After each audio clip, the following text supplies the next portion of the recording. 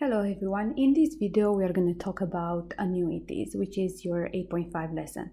So, as you can see, I wrote initially the two formulas. So, the value of an annuity, if you want to calculate it by hand, you can use one of these two formulas. And as you can see, they are pretty hard to remember or to memorize. So that's why I'm trying to show you an easier way, and that's by using the calculator. And just imagine if you want to buy a car, you can always calculate your payments or the amount of money that you need or you'll need using this calculator. Anyway, let's solve this problem first. So it says you make periodic deposits of $7,000 at the end of each year. The rate is 3% and it's computed annually. And the time that you make this deposit, it's 15 years. Find the value of the annuity and then find the interest. So let's go again over this problem. It says periodic deposits of $7,000 at the end of each year. So this is a little bit different than the ones in 8.4. Here you don't have this 7,000 and it's only once. You make periodic deposits. So that should bring up the payment from the TI. So let's do the solution. So to part A, let's go to the apps. Let's go to finance 1. And now, what do we put for N? So N is the number of times your interest is computed. So they say it annually and for 15 years. So it's 15 times 1, which is 15. Then we have to put the interest. So the interest is 3. Again, we just put the number that it's in front of the percentage for this type of problems. Or when you use the calculator. Present value, where there is no present value here, right? So I'm just going to put 0. But the payment, it's 7,000. So it says we are doing this every year for 15 years. So that's why it's a payment. Future value is what we want to find. We want to find the value of the annuity, and we put a box because that's the easiest way to show what we are calculating. P/Y is going to be 1 because they said annually. C/1, it's 1, and we always use the and. So let's calculate future value. So we go N equals 15. I equals 3. Present value, we put 0. The payment is 7,000. The future value is what we want to find. So we either put 0 or we leave whatever it was. And I have to change the P/Y. If you don't change them, then it's going to be a totally different problem. So now I go to future value and I press alpha, enter. And we get 130,192.40 if we are rounding to the nearest cent. So the value of annuity is 130,192.40. This is how much money you would have if you pay $7,000 at the end of each month. Now, part B, interest. Well, how much money will you earn by doing that?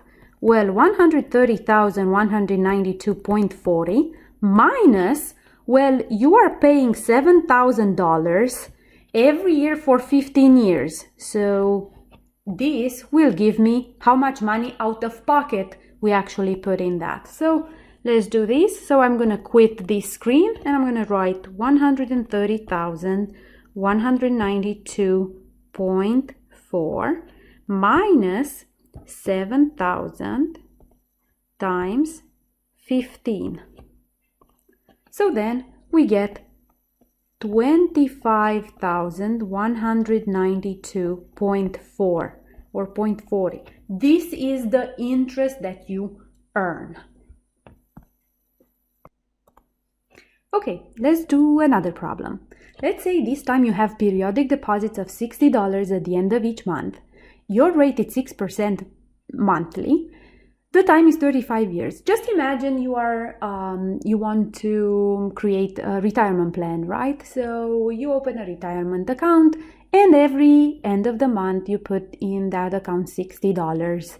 and the account it's a 6%, which is calculated monthly, and you put that in for 35 years. The question is, how much money are you going to have after 35 years? So solution, let's write the solution.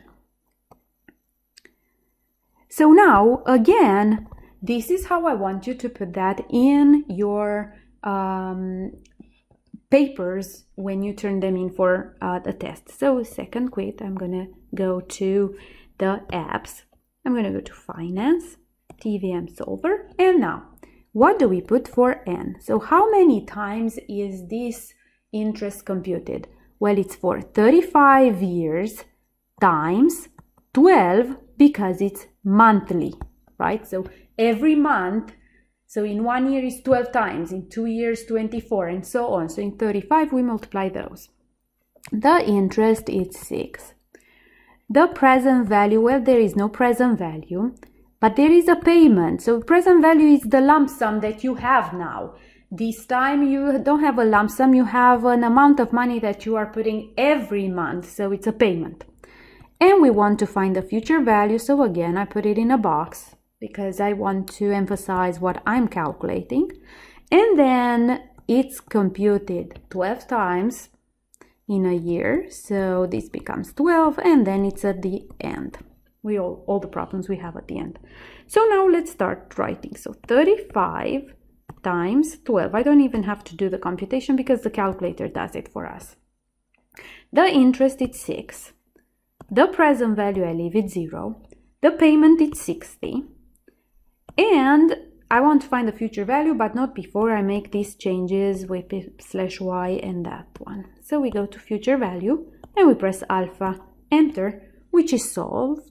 So it's 85,482.62 if we round to decimals, because it's cents, right?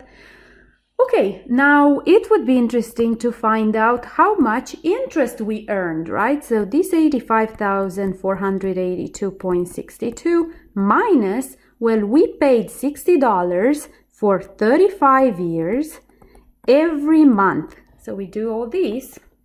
So now let's go back to the main screen and put these numbers in. So 85,482.62 minus 60 times 35 times 12.